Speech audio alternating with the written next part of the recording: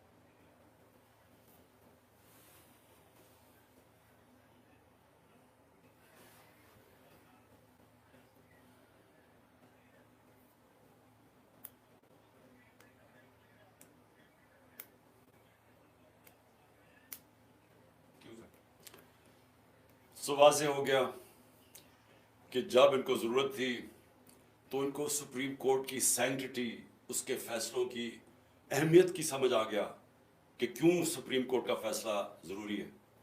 اور اب جبکہ 15 کے 15 سپریم کورٹ کے جو ججز ہیں وہ ایک چیز پہ سب متفق ہیں کہ 90 دن کے اندر الیکشن ہونا چاہیے جب اسمبلیز ڈیزالو ہوں.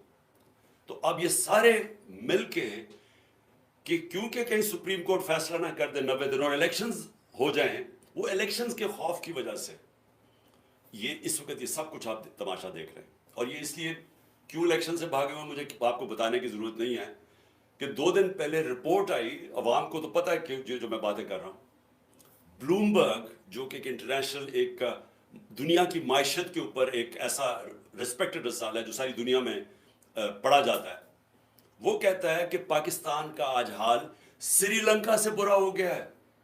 جو سری لنکا کے اندر جو مہنگائی ہے وہ پاکستان کی اس سے آگے بڑھ گئی ہے. سری لنکا سے مہنگائی کی وجہ سے لوگ سڑکوں پہ آئے تھے.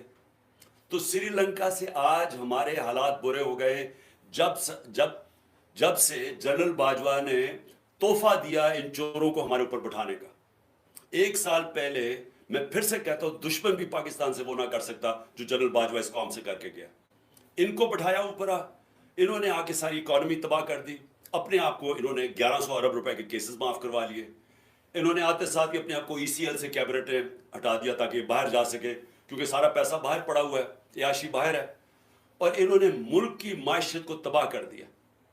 اور آج جو لوگ پسے ہوئے ہیں مہنگائی میں، جو لوگوں کے آج حالات ہیں، پھر سے میں بتا دوں 100 روپیہ 1 سال پہلے جتنی چیزیں خریدتا تھا وہ صرف آج 62 روپے خرید سکتا ہے. 62 روپے رہ گئے ہیں اس 100 روپے میں سے. تو خریدار 100 روپے سے گر کے ایک آدمی کے پاس جو 100 روپے کا نوٹ ہے وہ صرف 62 روپے خرید سکتا ہے. اور اگر سینسٹیو پرائز انڈیکس پہ چلے جائے کھانے پینے کی چیزیں تو وہ صرف 52 روپے رہ گئے ہیں 100 روپے میں سے. اور گرتا جا رہا ہے، ہر روز مہنگائی بڑھ رہی ہے. دنیا میں مہنگائی کم ہو رہی ہے یا مہنگائی بڑھ رہی ہے؟ تو اس لیے میں آج وہ ساری قوتیں جو ان چوروں کے پیچھے بیٹھی ہوئی ہیں، میں آپ سب کو کہہ رہا ہوں کہ آپ ابھی سے سمجھ جائیں ملک کدھر جا رہا ہے. سری لنکا کے اندر جب پبلک نکلی تھی حالات اتنے برے نہیں تھے. آج کیوں نہیں پاکستانی قوم نکل رہی؟ امید لگا کے بیٹھی ہوئی ہے کہ الیکشنز آئیں گے، تو وہ الیکشنز کی انتظار کر رہے ہیں کہ غصہ ان کا الیکشن میں نکلے گا، جس کی وجہ سے یہ بھاگ رہے ہیں. تو مجھے اپنی اسٹیبلشمنٹ کی نہیں سمجھ آ رہی کہ آپ کو اس میں سے کیا مل رہا ہے ان چوروں کے پیچھے لگ کے جنہوں نے ملک کو تباہ کر دیا ہے. تو اس سے آپ کو کیا مل رہا ہے کہ ان کے پاس تو کوئی اب طریقہ ہی نہیں ہے ملک کو بچانے کے لیے، ان کے پاس تو روڈ میپ نہیں ہے. اکتوبر تک یہ کیوں انتظار کر رہے ہیں؟ کیونکہ انہوں نے اور ہمیں تحریک انصاف کو پکڑ دکڑ کرنی ہے، اداروں کو ہمارے خلاف استعمال کرنا ہے، کیسز اور کرنے ہیں. کیا اس سے یہ بچ جائیں گے؟ میں سوال یہ پوچھتا ہوں کہ کیا اس سے یہ بچ جائیں گے؟ علی امین کو 1 مہینہ پکڑا، جیلوں میں پھرایا، کدھر سے کدھر، بکھر، پھر اسلام آباد، پھر اس کو لے کے گئے ادھر لاہور لے کے آئے، تشدد کیا اس کے اوپر، پھر ادھر سے گیا پتہ نہیں شکارپور. تو کیا ہوا؟ 20 کلومیٹر لمبا اس کو جلوس لینے آیا ڈی آئی خان میں. وہ علی امین کہتا ہے میں نے کبھی اس طرح کی عوام کا رویہ نہیں دیکھا، انہوں نے اس کو اتنا بڑا ہیرو بنا دیا. تو کیا فرق پڑا؟ کیا یہ پکڑ دکڑ سے کچھ بدل جائے گا؟ کیا یہ عمران خان 2 دفعہ مجھے قتل کرنے کی کوشش کی، کیا میں رکیا ہوں؟ میں پھر نکل رہا ہوں، میں پھر جا رہا ہوں پبلک میں پھر جلسے کر رہا ہوں. بدھ سے میں جلسے کر رہا ہوں، 14 تک کروں گا. یہ جو بھی آپ سمجھ رہے ہیں کہ یہ خوف زدہ ہو کے یہ کہ ایک تحریک جو لوگوں کے دلوں میں چلی گئی وہ رک جائے گی. 4200 جگہ پہ لوگ نکلے، اور میں آپ کو اب یقین دلاتا ہوں کہ میری جو اگلی کال ہوگی وہ اس سے زیادہ لوگ نکلیں گے. اور یہ ضروری نہیں کہ اگر آپ اس طرح دباتے رہیں لوگوں کو اور پکڑ دکڑ کرتے رہیں تو ہم چپ کر کے بھیڑ بکریوں کی طرح اسی طرح ہی بیٹھے رہیں گے. ہم صرف اپنی ملک کی معیشت دیکھتے ہوئے، کیونکہ ہم نے باہر نہیں بھاگنا. ابھی تک میری جگہ یہ دوسرے ہوتے تو باہر بھاگے ہوتے بڑی دیر کے. ہم نے یہاں جینا مرنا ہے، اس لیے ملک کا سوچ رہے ہیں کہ اگر ہم نے یہاں سڑکوں کے اوپر نکلا ہے جس طرح سری لنکا میں لوگ نکلے تھے، تو یہاں تو معیشت تو آگے بیٹھ گئی ہے. تو اس لیے میں سب کو آج کہہ رہا ہوں کہ یہ جو آپ ظلم کر رہے ہیں اور جو ہمارے کارکنوں کو پکڑ رہے ہیں، اس سے تحریک نہیں رکنے لگی، اس کو اور تیزی سے اوپر جا رہی ہے. لیکن اس سے ملک کو آپ تباہی کی طرف لے کے جا رہے ہیں. اور جو اسلام آباد میں ہوا، آپ یہ سوچیں کہ کیسے ہو سکتا ہے کہ پہلے ایک ہائی کورٹ جسٹس بابر ستار وہ اجازت دیتے ہیں کہ جی یہ فنڈامنٹل رائٹ ہے ہمارا ریلی نکالنے کا. وہ کہتا ہے فنڈامنٹل رائٹ ہے. رات کے 2 بجے پولیس کہتی ہے نہیں آپ نکال سکتے. کیوں نہیں نکال سکتے؟ اور کس چیز کے لیے ریلی نکال رہے ہیں؟ آئین کی، اپنے آئین کی بالادستی کے لیے ریلی نکال رہے ہیں. کوئی انتشار کے لیے نہیں نکال رہے، رول آف لا کے لیے ریلی نکال رہے ہیں. اجازت نہیں دیتے. اور اجازت ہی نہیں صرف دیتے، وہاں آپ دیکھیں عورتیں وہ بیچاری کھڑی ہیں سائڈ پہ، ان کو پکڑ کے جیلوں میں ڈال رہے ہیں. ساری دنیا کے سامنے منہ کالا کروا رہے ہیں پاکستان کا. اور اس کے بعد ہمارے رات کو ورکرز کو پکڑنا شروع کر دیتے ہیں. 50-60 ورکر پکڑ لیے ہیں، سرگودا میں علیحدہ ورکر پکڑ رہے ہیں. تو کیا یہ اس سے ثابت کیا کر رہے ہیں آپ کہ وہ اسلام آباد کا جو آئی جی ہے وہ ایک جرائم پیشہ آدمی ہے؟ مجھے پتا ہے، میں نے اس کا کیس دیکھا ہوا ہے. سیف سٹی کے اندر وہ کرپشن کے اندر سزا ہونے لگی تھی اس کو. دوسرا جرائم پیشہ آدمی شہباز شریف جب پرائم منسٹر بنا اس کو سزا ہونے والی تھی 24 ارب کے کیس میں. اس نے پہلی چیز اپنی طرح کے لوگوں کو اس کو لا کے وہاں بٹھا دیا. اور کیونکہ وہ غلام ہے شہباز شریف کا، وہ پولیس والا نہیں ہے. پولیس کتاب پہ چلتی ہے، رول آف لا پہ چلتی ہے. پولیس کے قانون لکھے ہوئے کتاب میں ہیں کہ کیا کر سکتے ہیں کیا نہیں کر سکتے. لیکن یہ غلام ہے شہباز شریف کا، مجرم شہباز شریف کا، کیونکہ یہ اس کی وجہ سے بچا ہوا جیل میں، لہٰذا اس کے گندے کام کرنے کے لیے تیار ہے. یہی آدمی ملوث تھا ڈرٹی ہیری کے ساتھ مجھے جوڈیشل کمیشن میں مروانے کے لیے. یہ اس کے اندر بھی شامل تھا. اس نے مل کے جو ہمارے اسلام آباد کی کوئی 500 ورکرز کو پکڑ چکا ہے، باری باری کبھی جیلوں میں ڈالتے ہیں، پکڑتے ہیں، لوگوں کے گھروں میں پولیس گھس جاتی ہے. یہ کون سی جمہوریت ہے؟ اور کیا ہوگا اس سے؟ کیا یہ جیتیں گے چور الیکشنز؟ میں اس لیے آج ساروں کو پیغام دینا چاہتا ہوں کہ یہ جو اگلی باری میں کال دوں گا وہ اس سے بہت بڑی کال ہوگی. اور یہ آپ جیل ہوگی. کسی بھی جو ماہر بھی نہیں ہے پالیٹکس کا، جو اکانومسٹ ہے، وہ بھی کہہ رہا ہے کہ جب تک آپ کی الیکشن نہیں ہوگی پولیٹیکل سٹیبلٹی نہیں آئے گی اور تب تک آپ کی معیشت اٹھ ہی نہیں سکتی. تو صرف عمران خان کو باہر رکھنے کے لیے ملک کو تباہی کی طرف لے جایا جا رہا ہے. یعنی یہ تاریخ معاف نہیں کرے گی کسی اس انسان کو جس نے جو یہ کر رہا ہے اس ملک کے ساتھ. اس سے بڑی غداری ملک سے ہو سکتی نہیں ہے جو آج ہو رہی ہے. میر جعفر چھوٹا نام ہے، میر جعفر چھوٹا نام ہے جس آدمی نے ہماری گورنمنٹ 1 سال پہلے گرائی اور جدھر آج پاکستان کو پہنچایا. میر جعفر اس کے لیے چھوٹا نام ہے.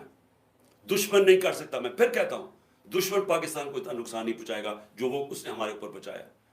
اس ملک کو سارے مل کے ہم اٹھا سکتے ہیں. یہ قوم اس ملک کو نکال سکتی ہے. کوئی باہر کی اب طاقت کوئی مدد کرنے کے لیے تیار نہیں ہے. دیکھ ہی لیا کہ ہندوستان میں کس طرح کی ذلت کا سامنا کرنا پڑا بلاول بھٹو کو. میں اس میں کوئی شک نہیں کہ اس نے بڑا غلط، کوئی ایٹیکیٹ نہیں تھی ان فورن منسٹر کو، کوئی تمیز نہیں تھی. کبھی اس طرح کسی آپ ملک میں کوئی مہمان آئے کبھی آپ اس طرح نہیں کرتے، اس طرح کا رویہ نہیں کرتے. لیکن اس بیوقوف کو وہاں جانے کی کیا ضرورت تھی؟ اس نے وہاں جا کے کیا ان کو کنونس کر دینا تھا؟ یعنی آپ کا پاکستان کی جو پوزیشن ہے، کیا اس نے جا کے کوئی کون سا مارکا مارنا تھا؟ اور وہ جو دوسرا چلا گیا وہاں لنڈن کے اندر جا تاج پوشی کے اوپر، کیا پاکستان کے پاس اتنا پیسہ ہے؟ ہمارا ملک برا حال ہے. ایک ٹرپ جب جاتا ہے، یہ پرائم منسٹر ذرا پوچھیں کہ اس کا خرچہ کتنا آیا. کم از کم $2-3 لاکھ اس نے خرچ کیا ہے. اور اس سے پوچھیں جو پرائیویٹ جہاز میں گیا گوا، اس نے کتنا پاکستان کا پیسہ خرچ کیا. ایک طرف ہمارے پاس فورن ایکسچینج نہیں ہے، دوسری طرف فضول بیرونی دورے پہ ہم چکر مار رہے ہیں، ذلیل اپنے آپ کو کروا رہے ہیں. وہ کس نے پوچھا تھا شہباز شریف کو؟ کون لینے آیا تھا اس کو ایئرپورٹ پہ؟ تو یہ اگر آپ نے اپنے آپ کو ذلیل کروانے جانا ہے تو کم از کم ملک کا پیسہ تو بچائے نا. اور اس لیے میں کہہ رہا ہوں کہ اس وقت ہمارے پاس کوئی دوسرا راستہ نہیں ہے سوائے الیکشنز کے. یہ سیٹ اپ، مصنوعی سیٹ اپ جو باجوہ لے کے آیا تھا، اس کو ہٹائیں، الیکشنز کروائیں، عوام کے اوپر چھوڑیں، فیصلہ کریں کہ عوام کون چاہتا ہے، کس کو چاہتا ہے. اور جس کو بھی عوام چاہتا ہے وہ آئے، 5 سال کا مینڈیٹ لے کے آئے. اس کے بعد ملک کے اندر اصلاحات کریں. وہ اصلاحات کریں جو کبھی یہ حکومت نہیں کر سکتی. اور وہی آ کے بجٹ دے، وہی آ کے اصلاحات کرے، اور وہی پاکستان کو اس دلدل سے نکالے جو کہ نکل سکتا ہے. میں نے 3.5 سال کی جو مجھے تجربہ ہوا، ہمارا بینکرپٹ تھا ملک، اور 3.5 سال کے بعد 17 سال میں بیسٹ اکنامک پرفارمنس تھی. کیونکہ ٹھیک ہو سکتا ہے ملک، لیکن اس کے لیے ایک بڑا پبلک مینڈیٹ چاہیے تاکہ ملک میں اصلاحات کر سکے ہم. اور انشاءاللہ جب بھی اللہ نے موقع دیا، ہم نے پلان ایسا بنایا ہوا ہے، ایمرجنسی قسم کا پلان بنایا ہوا ہے، انشاءاللہ اس ملک کو ان سارے مشکل وقت سے نکالیں گے. شکریہ.